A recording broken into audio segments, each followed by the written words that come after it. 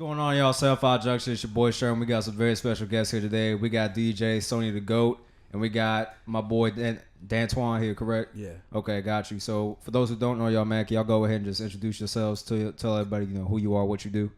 But yeah, I'm Sony Da Goat, one of the best DJs around 757 area. Mm-hmm. You know, I just spin around every club in this area in Virginia from here to 804.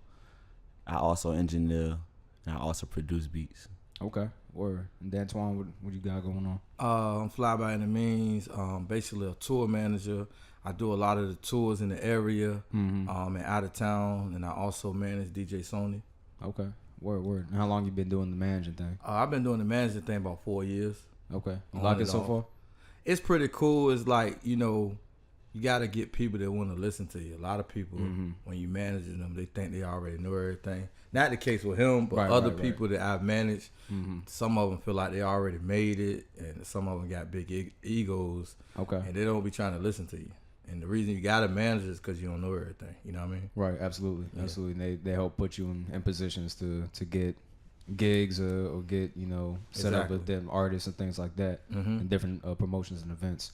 So can you tell me a little bit about DJing, man? First of all, how long you been a DJ? And second of all, what's your favorite thing about being a DJ, and what kind of keeps you going in that field?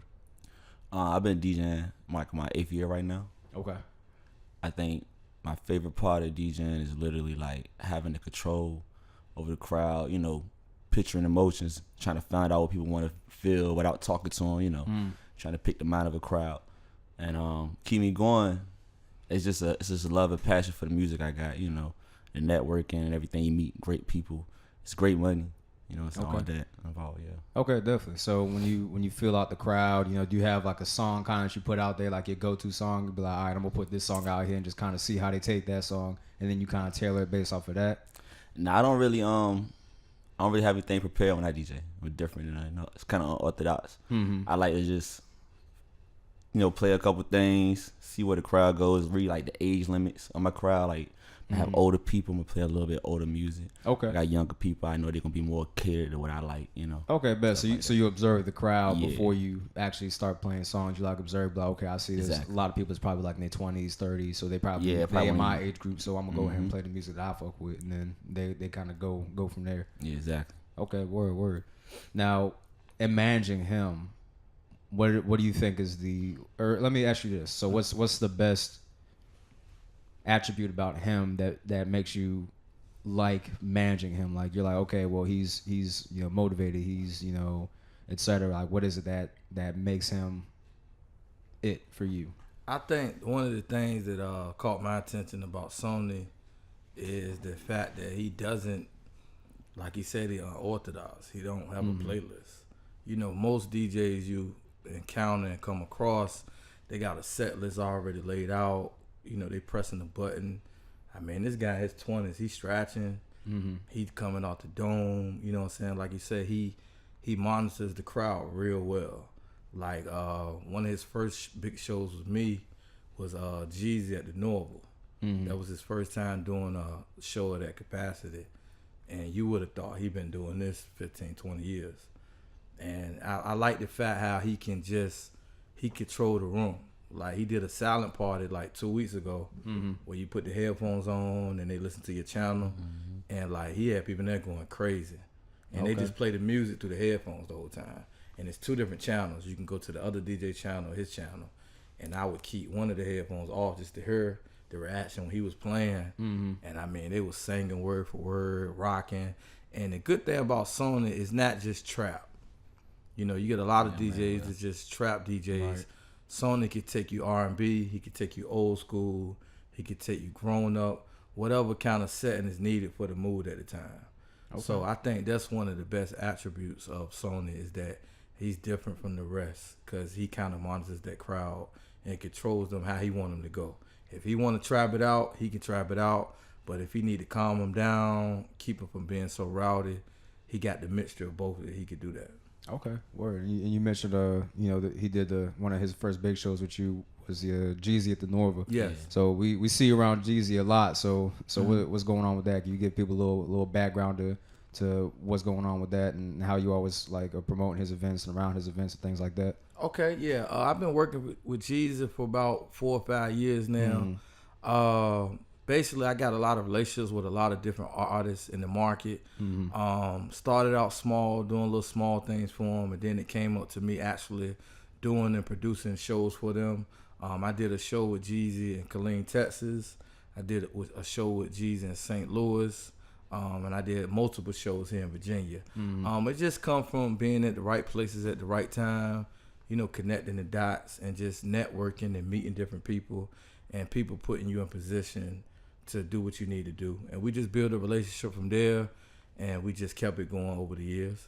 Okay, cool. That's what's up, man. That's dope. I mean, Yeah. a lot of people don't realize that, you know, it's all about placing yourself at the right place at the right time. A lot of people lose sight of that, or they want success and they won't put themselves in positions to go get the success. You Yes, know, sir. if you want to be a promoter, if you want to be a DJ, if you want to do all these things, you have to put yourself in those positions. You have to go out to clubs, you have to go out to the scenes, you have to do your research and find out what people like. You know what I'm saying? So y'all did that research and y'all doing the thing. So, and that's interesting that y'all mentioned the silent party, because I always heard about those, but I've never been to one. So it's literally so you have a channel and people put on headphones and they listen to your playlist that you have playing. Yeah, you got multiple channels to pick from. Sometimes 2, sometimes 3, different colors. One person DJing say I'm on a blue channel, and you'll have somebody else on a red channel, probably playing 2 different type of genres. You can switch it up and listen. It's different because it's like, as far as the DJ aspect, like he was saying, when you take that one headphone off and you don't hear no music, you just hear people literally singing. You know what I'm saying? Like, for this one he was talking about, it was a particular time I was seeing it was these girls twerking on from the other channel, but at the same time I was playing like Usher on my channel, and so if you took the headphone off, you would just see twerking, but you would hear like R&B music being played. It's so crazy, it's different. Okay, It's wild. That's dope, man. That's dope. So what's your favorite genre of music, man? Or is it kind of, so like me personally, I feel like my music, or my palette, I should say, changes based off of the type of mood I'm in. You know what I'm saying? So Exactly. if I'm in a certain mood, I listen to, you know, R&B. If I'm in a certain mood, I listen to the trap or something that's like 808 heavy. You know what I'm saying? Right. So what is that similar with you? Yeah, I'm definitely the same way. I listen to more trap music than anything, for sure. Okay. But definitely the same way. If I want to vibe and just relax, like I'm in a cleaning mood, I'm listening to R&B, you know. But if I'm about to get pumped up for to go DJ the club, I'm gonna probably play some trap music on the way there. Okay. That's how I go. Who your favorite trap artist right now? Right now, I'm gonna still go with the Future. I like the Baby right now. Yeah, the baby But, real good. yeah, he been but- killing it out here. Yeah, Throwing hands, all that. yeah. Yeah, the baby crazy, man. But I'm gonna stick with Future. That's my favorite right now. Okay, word. That's what's up. And R&B, who's your favorite R&B artist to listen to? Chris Brown. Chris All Brown. the way, Okay, yeah. that's a good one, man. Definitely got to put on for, you know, the Virginia area. Exactly. You know what I'm saying? Mhm. So yeah, I rock with Chris Brown. Right. I mean, as of late though, my personal favorite has been The Weeknd, man. Like The Weeknd, he been killing it, bro. Yeah, Weekend hard. He been killing it. Like I'm Different talking level. like in my opinion, he's like our version of Michael Jackson. You know what I'm saying? As far as the voice is concerned. So if you take like Chris Brown, you take The Weeknd, and you can combine them, you get Michael Jackson's performance ability in Chris Brown, Right. and you get Michael Jackson's voice in The Weeknd. Yeah, I've always I felt agree with like that. Chris Brown was like Michael Jackson. Yeah. With the style of his, like you said, his performance. Yeah, He's he the best bigger performer out music, here. Yeah, hands down. Okay, bet. Hands down. So when it comes to organizing events and setting things up, what's the most difficult part in that? Like I already know when you're dealing with celebrities, a lot of things have to be a certain way, and I would imagine a lot of things are like boom, boom, boom, get it done now. So what's that like, and how do you cope with, you know, all that possible stress? It's hectic, bro. Like we got Jeezy here this Friday, and you know you got so many people calling your phone, tapping you, staff pulling you. You got to deal with management. You got to deal with security, police, and all that. The hardest job is just pleasing everybody and trying to put everybody in position and try to organize everything at one time. You know, I might be in the back, but they might need me in the front. They might need me on the stage. G's and them might be pulling up. I might have to go outside and make sure they straight. It's just all about just keeping a level head and just keep from losing control, because if you're not used to it, this shit'll drive you nuts. You know what I'm saying? So I think the hardest thing is just trying to please everybody, especially the artists, because you get a lot of artists, not him, but you get a lot of artists that's bougie. You know, they gotta have, you know, candles in their dressing room, mirrors. One guy, he gotta have purple Skittles and dumb shit like that. Prince? It's just, it's just you gotta keep a level head, man, because like these artists, some of them down to earth, like Boosie, he down to earth, Lucci, down to earth. But you get other artists, I ain't gonna name them, but you get other artists, and they complete assholes. If you don't got their bottles right, you don't got their food right, or anything on their router right. Their router is basically the materials and the items they need to perform. You know, they might got a food router and they might have a production router. If you got something wrong on that list, they'll say, we don't want to do the show. And contract-wise, they can not do the show because you're obligated to get all the stuff they ask for. So I think the hardest job is just trying to please everybody and just make sure everything go right. You know, you got so many things that can go wrong with a concert, you know, with the people, with the security, you know, people in the parking lot. Right. And just basically just making sure that everybody know how to act and they come and go safely. Yeah, there's a lot of variables and moving pieces in the whole machine. Yes. So have you had an artist not perform as a result of, you know, just oversight, like accidentally not grabbing something they wanted to? No, I never had that happen, but I did have an incident. I'll say his name. I had an incident with Gotti, and we did him in a club called Embassy. This was when Down in the DM came out. Okay. We had about 1,600 people in this club. It was an all-white me out weekend, and Gotti was trying to kick me off the stage. Just being an asshole. Man, just because, like, yeah, like just anything because, happened, just like I don't want him on the stage, and it's my shit. Me and my partner shit. I'm not going nowhere. Anything, you could leave. Right. But he was like one of the ones that I didn't really care for when I met him. You know, he bring him out. You know, he do a good job. But he did his songs and he left. You know, so you get some artists, they not really what they portray they are in the music. Fan-friendly. They're not fan-friendly. They just about the bag and leaving. And, you know, when you dealing with Boosie, Dolph, Jeezy, all these other artists, they interact with the fans. They taking pictures with them. They signing autographs and all that stuff. Perfect example, that show we did with Jeezy, I think he might remember. We had a guy, he come to all our shows. I don't know how the fuck he get in. If he don't pay to get in.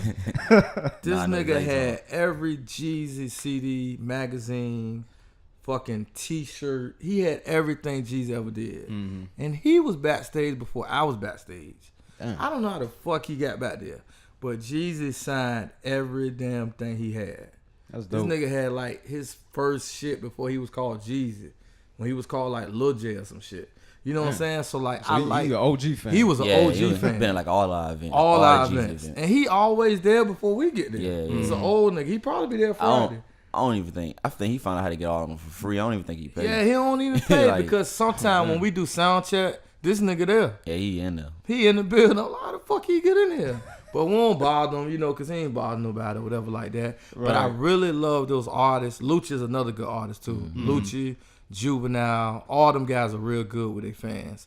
And I think as an artist, as a DJ, even as a manager in some cases, you got to cater to them fans. Absolutely. That's how you made it. If it weren't for your fans, you wouldn't have got the streams. Yep. You wouldn't have got those merch purchases. You wouldn't have got those concert purchases or the tickets if it wasn't for your fans. So why shit on them? Right. If somebody want a picture, they done paid $100 to get in this club or this venue, and they ask you for a picture, what's the problem in that?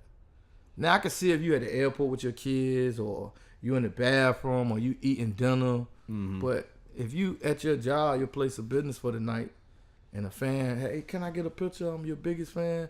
You say, man, fuck you, get out of my face. What's the logic in that? This person been supporting you 10, 15 years. Right. And see, what happens is with a lot of these fans, when they meet these artists in the airport or at the club venues or whatever like that, and they meet this artist and they're not like how they portray they are, it crushes them a little bit. Because a lot of us grow with an artist. You know, me, I'm 33. I grew up listening to Jay-Z.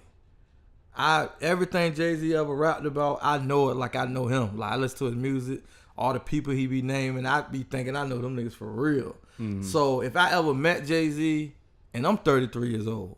If I ever met Jay-Z and he shitting on me, I probably wouldn't fuck with his music no more. Definitely. I probably couldn't support him no more because I'm like, damn, dog, I've been buying your shit since day one, and I'm just saying what's up to you. I'm just trying to give you some doubt or tell you how much I support you. Not on no group of shit, but just as man to man, as a fan, like, yo, I fuck with you. And you brush me off, I can't fuck with you no more. You know what I'm saying? Because, like, it takes 2 seconds out your day to tell somebody, I appreciate you, thank you. And if they want to take a picture in this day and age, because that's all people want to do, then cool. And on the flip side, I do respect it because, like, you know, I listen to Joe Buttons a lot. And now if you chilling with your family, airport, you out to eat, you eating dinner, and a motherfucker coming in your face with a camera like this, that's rude. Right. I think it's a time and a place for that. Definitely. Now, that's a different situation. But if you at a show, you at a concert, you at your job for the night, and a fan come up to you, I think you're obligated to. You might not be able to get all of them, but at least take some pictures with people. Yeah. And show them some love. Some people still want autographs. Sign a little T-shirt because it's not hurting you. Right. And that moment right there could probably make that person's day or just be a moment in their life that they'll never forget. You know, I never forget I was little. And it's crazy because before I started doing my own shows, as a kid, I used to save all my money and go to concerts. All the shows, I used to be front row. Never imagining that I would be working with these same artists that I'm paying to go see when I'm little.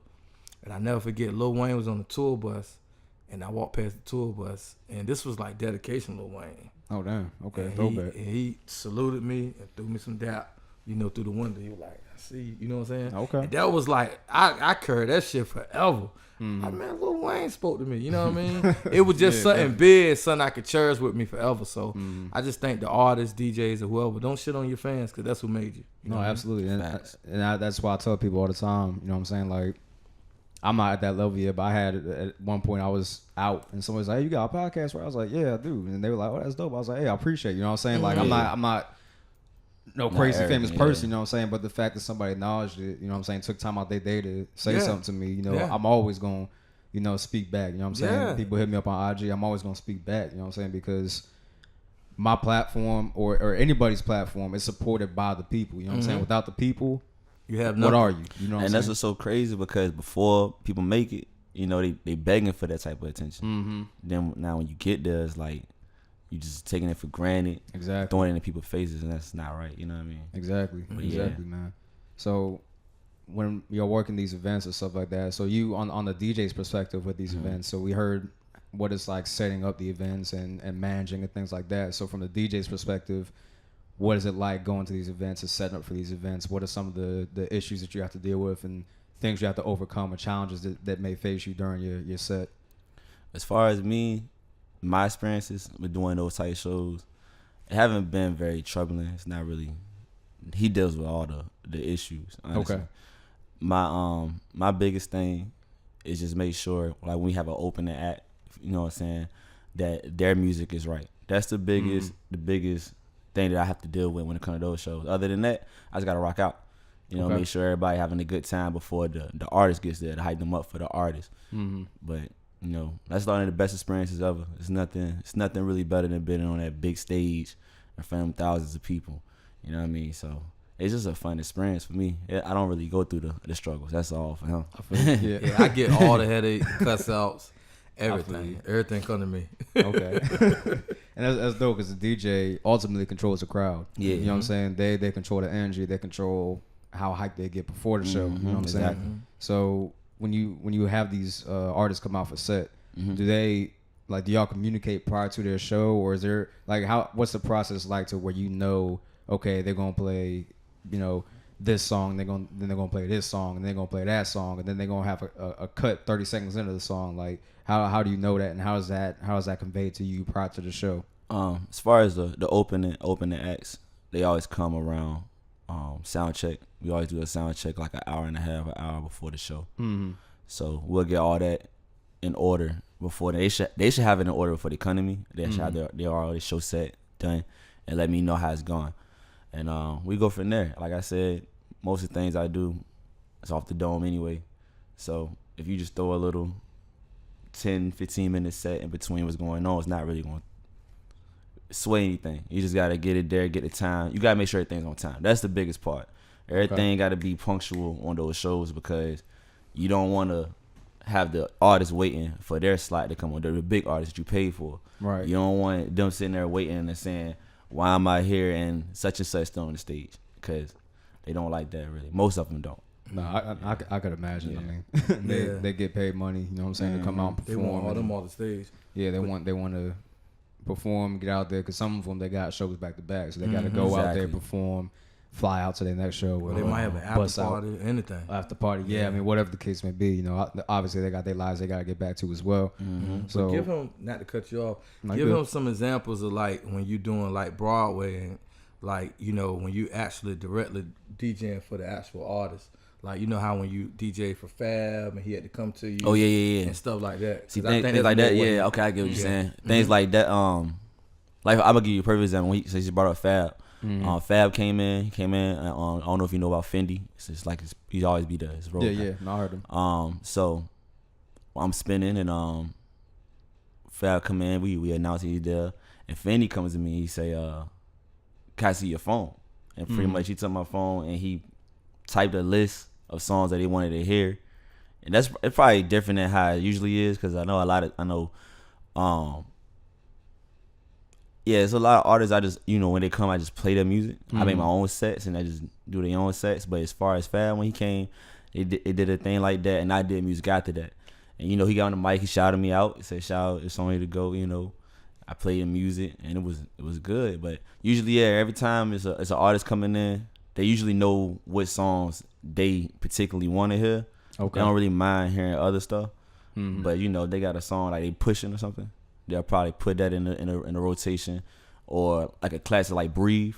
Okay. You know, for Fab, it's like a classic you know they're gonna put on the list. So we came out and performed that something. The water, I was hyped. I was like, exactly. Yeah, Push was like, I need him to breathe, right? And I was like, okay. And then fact, I was like, yo, hold up. That was crazy. That was crazy. I was like, yo, that was crazy, man. That joke was wild. So being a DJ, man, what was your favorite set that you've had to do?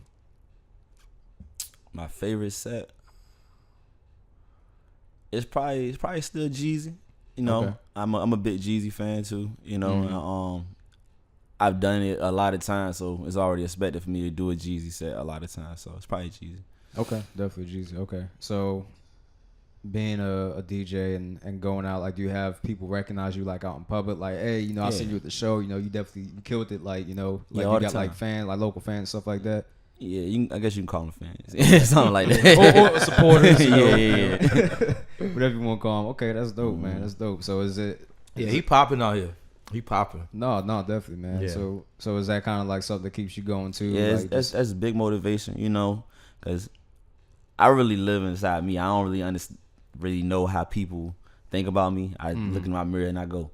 So when people give you back good feedback and let you know, hey, you really doing your thing. I've been seeing you.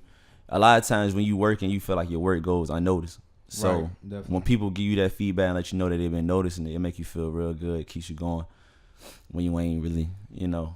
There's a lot of times where I get a little tired of situations and I want to fall back from DJing a little bit. And it's something like that'll make you be like, nah, I got to keep going. You know what I mean? Like, boy, I'm like really, you know what I'm saying, shaking waves out here. So okay, definitely. You just keep going. Definitely. Do you feel like you've ever had any events or anything that you feel like you missed out on, like because you just either didn't want to do it or you just were tired or anything like that?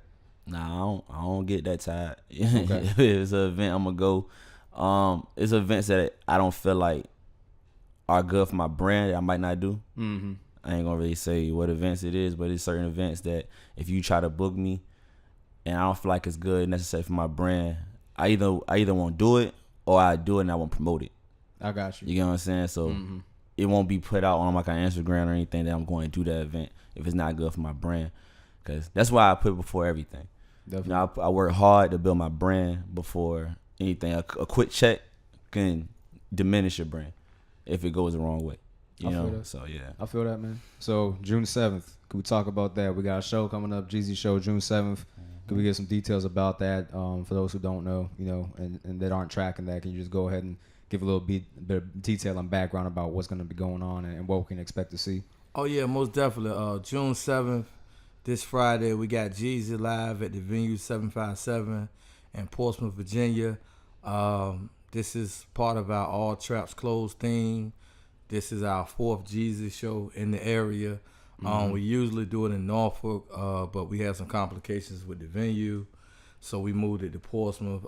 We just trying to shed some positivity to the city. Yeah. You know, it's a lot that's been negative going on in the city with shootings and violence and different stuff like that. So a lot of times what I've learned in my experience is when you're dealing with people, especially young people, teenagers and stuff like that, a lot of them need stuff to do.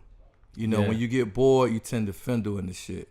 You tend to start playing with guns or start fucking around in the street or getting in gangs and shit like that. Because if it's not a lot of activities and stuff for you to attend, it kind of make you kind of open to do shit. Right. So what we trying to do is bring top-notch artists to Portsmouth and just change things around in the area. You know, Jeezy and somebody of that caliber has never been to Portsmouth. It's always Norfolk or Virginia Beach. And I'm not from Portsmouth. He's from Portsmouth. But, you know, Portsmouth showed me a lot of love. So I want to bring some of that good energy back to the city and just give them a good time and just show them and show the people and the haters that, hey, we can have a show in Portsmouth and it be successful. Nothing has to happen. We can all have a good time and we can go home. So that's my main objective, is just to give people something to do, let them have a good time. And my main priority is just making sure that people safe. You know, we're going to have 30 plus security guards, police at both doors, walk-through metal detectors, undercovers, walk in the parking lot. It's one thing I don't play about is violence. If you come to my show, you spending your hard-earned money at one of my events. My biggest priority is to make sure you're safe. My second biggest priority is to make sure you have a good time. And my third is making the money. Now, most people you talk to, they're going to be about the money first. Right. But what's good in making the money, but somebody died, or somebody got hurt, or somebody have a good time? You're never going to be able to come out there and make money. I'm into longevity. I want to be able to make money there all the time, you know, and I want people to have a good time anytime they come to one of my shows. So it's definitely going to be a good time. It's going to be a good event. We got something special. I really can't announce it yet, but we're going to do something for the kids right before the show. I give you more details on that off air. Okay. But we definitely going to do something for the kids before the event, just to give them hope and just to give them a little motivation that, you know, you don't have to stay in the streets. You can turn your life around. You don't have to participate in gun violence. You can change your life around, because so many of our black and brown brothers are killing each other and dying over senseless shit. Right. We need to be getting some money.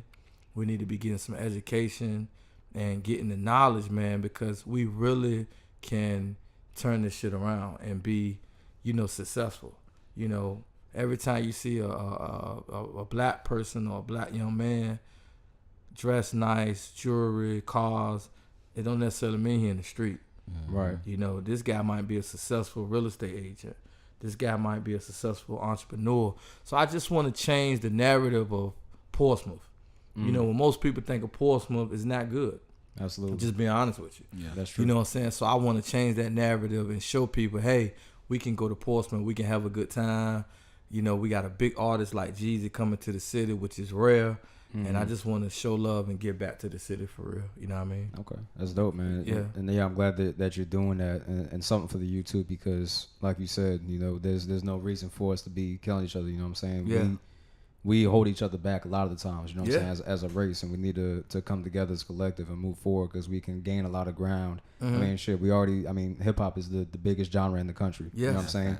Yes. We influence the culture in the United States. So it's our job to unite and not only lead the culture, but lead business, you know what I'm saying, lead education, lead all these different things to bring our people to the promised land, essentially. You know what I'm saying?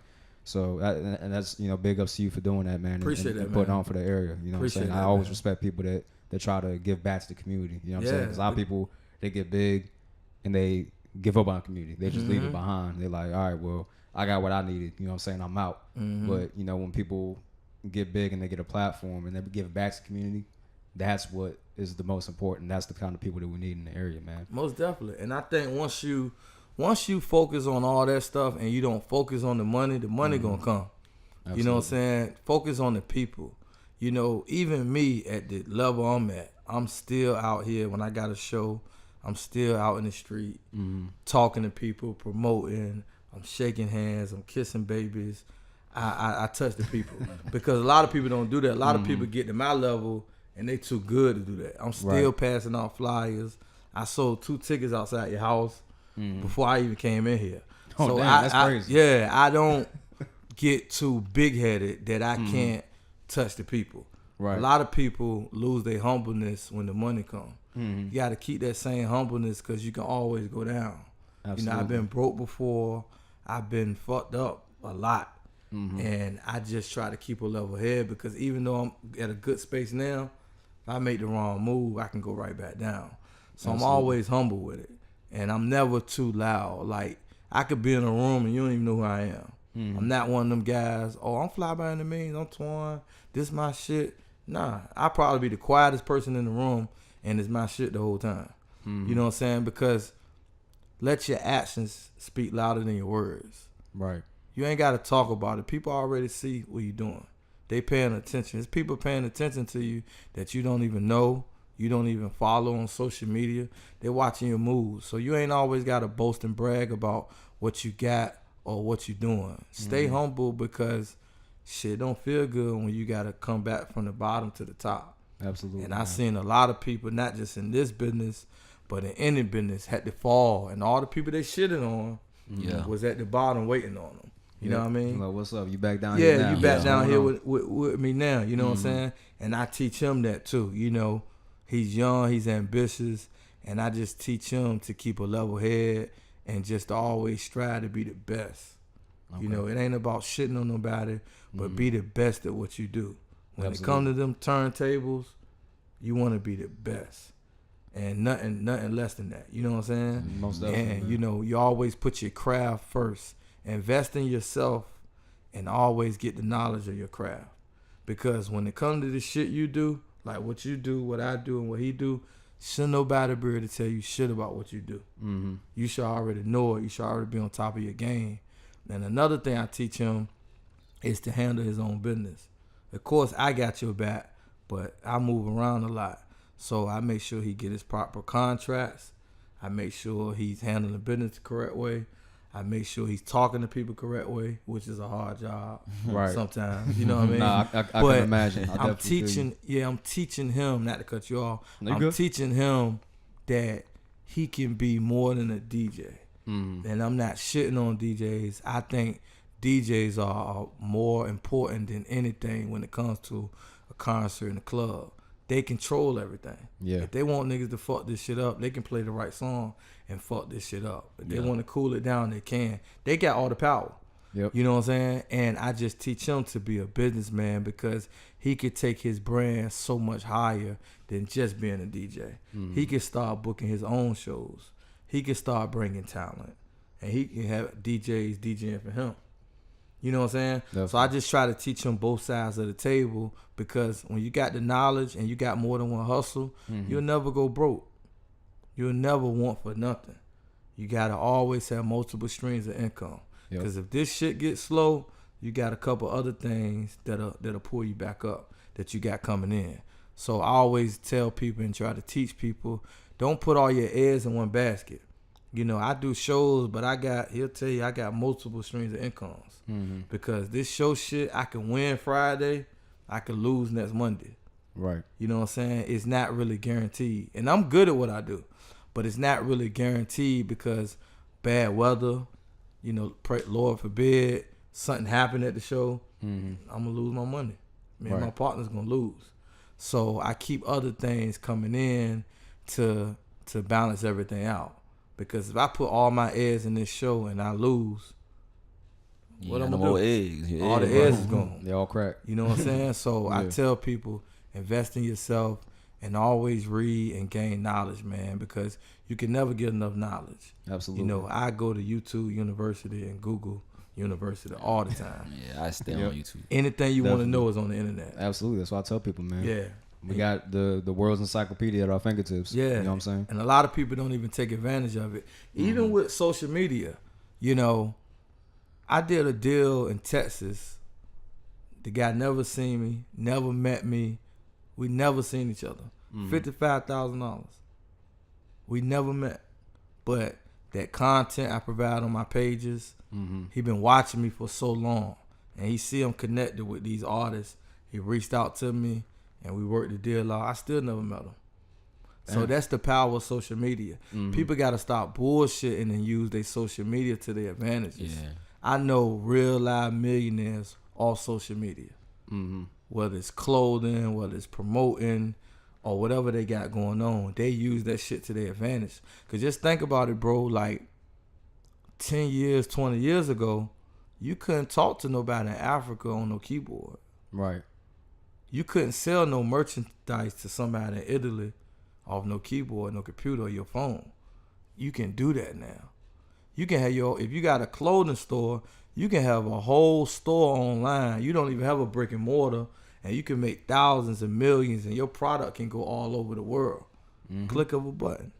Out your house. Out your house. Yep. You know what I'm saying? You can have a whole podcast. You can have a whole show out your house in your room if you use that shit the right way. Absolutely. And you can promote it on social media and get sponsors and get people who want to invest in your shit and take this shit even bigger. But we spending so much time gossiping and looking at twerk videos and bullshit all day. We not using our time wisely. And one thing I want to leave with this podcast before we close is to let people know that you got to use your time wisely. That's your biggest investment. And a lot of us waste our time doing the dumbest shit. Absolutely. And we wonder why we broke or we not where we need to be or whatever like that. And social media, to me, made being an entrepreneur cool. Everybody want that title in their bio that they're an entrepreneur, but are you really putting in the work? Exactly. Are you really doing what you need to do to be that?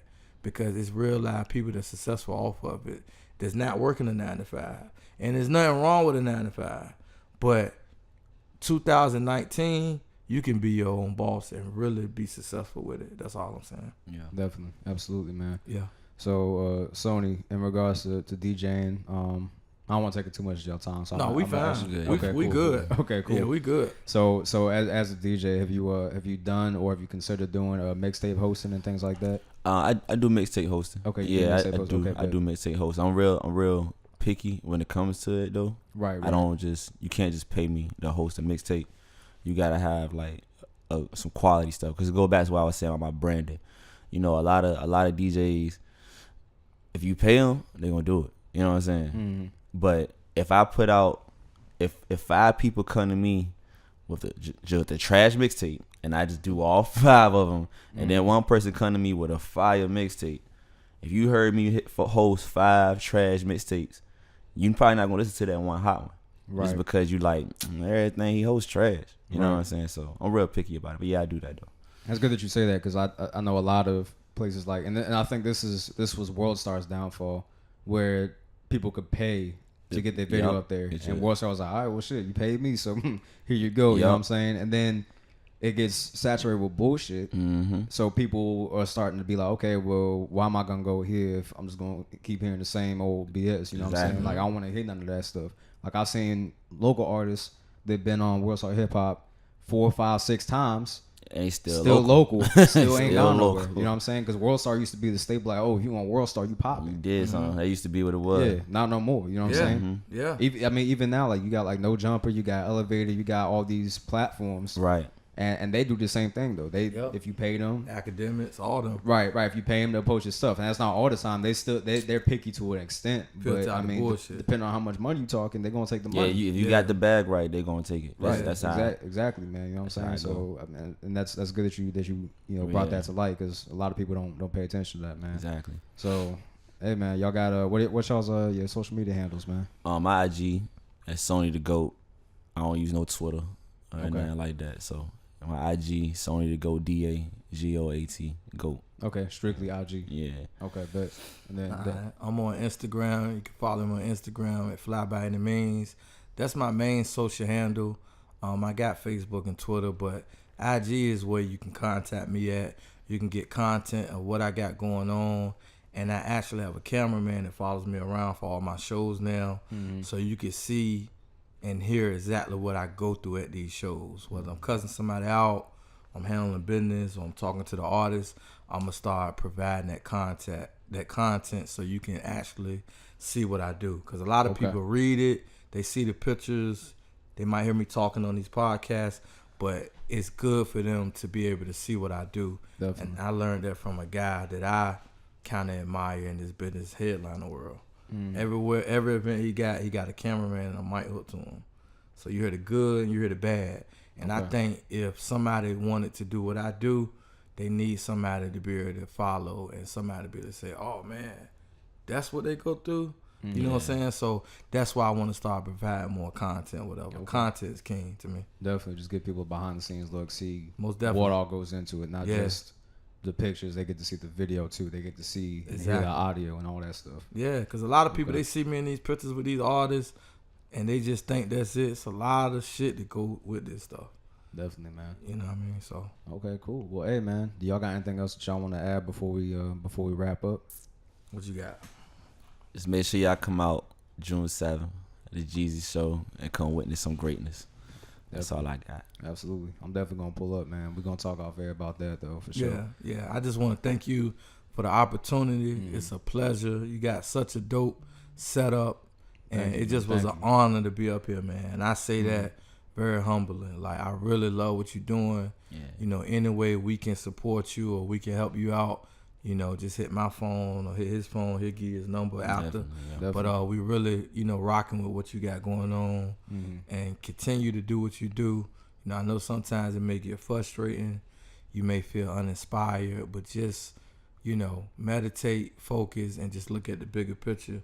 You know where you're trying to go, man. You definitely on your way to the top. Absolutely, man. I appreciate that. And I appreciate y'all, you know, for giving me an opportunity and giving my platform a chance. You know what I'm saying? No problem, bro. We appreciate you, man. Appreciate you, man. Because there's a lot of platforms out there. You know, the fact that y'all chose to rock with mine, it means a lot, man. I appreciate that. You know what I'm saying? Because, you know, especially from this area, I love it when people give my platform a chance because now it's showing the unity. You know what I'm saying? It's showing that I'm actually about what I'm saying this podcast is about, which is the unity of this area and getting people talking and networking and just building up the area, man, because we, as the 757, are going to blow up. Yeah. It's on the way.